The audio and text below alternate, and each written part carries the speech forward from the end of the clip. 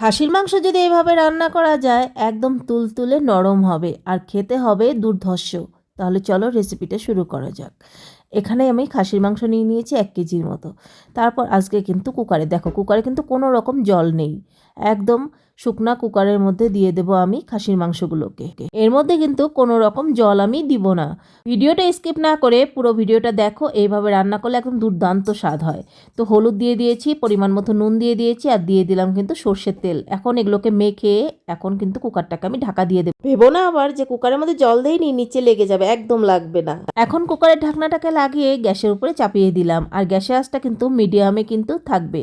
খাসির মাংসটাকে আমি 3-4টে সিটি দিয়ে নিলাম, যেহেতু পাহাড়ের এখানে খাসির মাংস সেই জন্য আমি কিন্তু 3-4টে দিয়ে দিলাম। আমাদের ওইখানে হলে কিন্তু ওই 2 থেকে 3টে দিলে হয়ে যায়। যাই হোক, তারপর কিন্তু সর্ষের তেলের মধ্যে নুন আর হলুদ দিয়ে আমি আলুগুলোকে ভেজে নিলাম, একটু বড় বড় করে আলুগুলোকে কেটেছি। তারপর আবারও সর্ষের তেল দিয়ে দিলাম এলাচ, দারচিনি, শুকনো লঙ্কা, তেজপাতা, দিয়ে দিলাম গোটা জিরে আর কয়েক কোয়া রসুন। এগুলোকে একটুখানি নাড়াচাড়া করেই দিয়ে দেবো পেঁয়াজ। আমি কিন্তু খাসির মাংস 1 কেজি নিয়েছি, তার পরিমাণে কিন্তু পেঁয়াজটা দেখতেই পাচ্ছ কতটুকু নিয়েছি। অল্প পেঁয়াজ দিয়ে রান্না করব, কিন্তু রান্না হবে দুর্দান্ত। দেখো দিয়ে দিলাম কাঁচা লঙ্কা। এখন আমি পেঁয়াজ আর কাঁচা লঙ্কাটাকে ভালো করে একটু ভেজে নেব, মানে হালকা লাল লাল করে নেব। কুকারের ছিটিটাও ছেড়ে গেছে, দেখো এখন মাংসগুলো কত সুন্দর সেদ্ধ হয়েছে, আবার জলও বেরিয়েছে। জল ছাড়াই দেখো কত সুন্দর মাংস থেকে জল বেরিয়েছে। আর এখানে কিন্তু পেঁয়াজটা কিন্তু হালকা লাল লাল হয়ে গেছে। এখন এখানে দিয়ে দিলাম কাঁচা লঙ্কা, আদা রসুনের পেস্ট আধাটুকু দিলাম, আর অল্প সামান্য রেখে দিলাম। এখন এই পেস্টটা দেওয়ার পরে কিন্তু ভালো করে নাড়াচাড়া করে কষিয়ে নেব। তোমরা এই প্রসেসে একবার খাসির মাংস রান্না করে দেখো, দুর্ধর্ষ হয় খেতে। তারপর দিয়ে দেবে এটার মধ্যে আস্তা রসুন, কারণ আমার আস্তা রসুন খেতে ভীষণ ভালো লাগে মাংসের। আর ভাজা আলুগুলোকে দেওয়ার পর ভালো করে একটু নাড়াচাড়া করে নেব। নাড়াচাড়া করে নেওয়ার পর কুকার থেকে মাংসগুলোকে জলসহ ঢেলে দেব। যেহেতু এটা মাংসের জলটাই বেরিয়েছে, তো দেখো দিয়ে দিলাম পরিমাণ মতো আবারও নুন, কারণ মাংসের মধ্যে তখন অল্প দিয়েছিলাম। হলুদ গুঁড়ো দিয়ে দিলাম, জিরের গুঁড়ো দিয়ে দিলাম, ধনে গুঁড়ো একটু জিরের গুঁড়োর তুলনায় একটু বেশি দিয়েছি, দিয়ে দিলাম লঙ্কার গুঁড়ো পরিমাণ মতো, একটু সামান্য চিনি।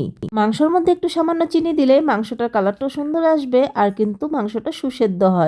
তারপর সমস্ত মশলার সঙ্গে ভালো করে নাড়িয়ে চাড়িয়ে দিয়ে দেবো একটা বড় সাইজের টমেটো কেটে।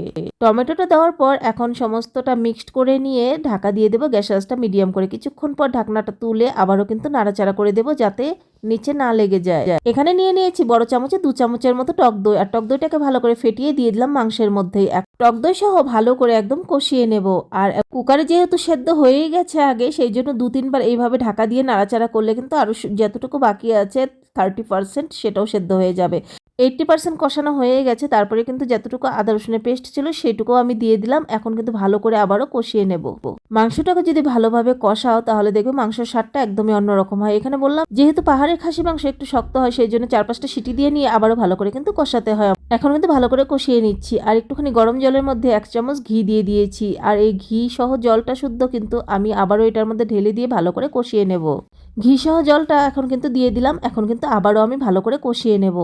এইভাবে তোমরা যদি রান্না করে দেখো খাসির মাংস, সবাই একদম আঙুল চেটে পুটে খেয়ে নেবে। যতই শক্ত মাংস হোক না কেন, এইভাবে যদি রান্না করো একদম সুসেদ্ধ হবে, কারো কোনো কমপ্লেন হবে না যে মাংস একটুখানি শক্ত আছে। দেখো কত সুন্দর কষানো কিন্তু হয়ে গেছে আমার। কষানোটা দেখে এই জিভে জল চলে আসছে, সত্যি দারুণ হয়েছিল। দিয়ে দিলাম গরম জল, আর গরম জলটা কড়া ভর্তি করে দিয়ে দিলাম। চলো তোমাদেরকে দেখিয়ে দিই মাংসটা কিরকম সেদ্ধ হয়েছে। দেখো একদম সুসেদ্ধ হয়েছে, আর খেতেও কিন্তু অসাধারণ হয়েছে। লাস্টে দিয়ে দিলাম কিছুটা কাঁচা লঙ্কা চিরা, আর কাঁচা লঙ্কা চিরা দেওয়ার পর কিন্তু একটু নাড়িয়ে চাড়িয়ে দিচ্ছি। আর যে কাঁচা লঙ্কার যে গন্ধটা ঝোলের মধ্যে ছড়ায় ভীষণ ভালো লাগে। গ্যাসটা অফ করে দিয়ে দিলাম গরম মশলার গুঁড়ো, আর গরম মশলার গুঁড়োটা দেওয়ার পর একটুখানি নাড়িয়ে চাড়িয়ে 10 মিনিটের জন্য ঢাকা দিয়ে রেখে দেবো, যাতে গরম মশলার গন্ধটা মাংস আর আলুর মধ্যে সুন্দর ছড়িয়ে যায়।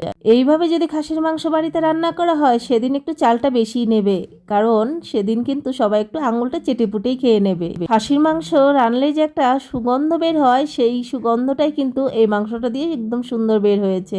তোমাদের আজকের এই খাসির মাংস রান্নাটা কেমন লাগলো কমেন্ট করে জানাতে ভুলো না। তোমাদের একটা লাইক একটা কমেন্ট আমাকে আরো উৎসাহ করে তুলবে সুন্দর সুন্দর নিত্য নতুন রেসিপিগুলো তোমাদের সঙ্গে শেয়ার করার জন্য। আশা করছি এই রেসিপিটা তোমাদের উপকারে লাগবে। তো চলো এখনকার মতো টাটা।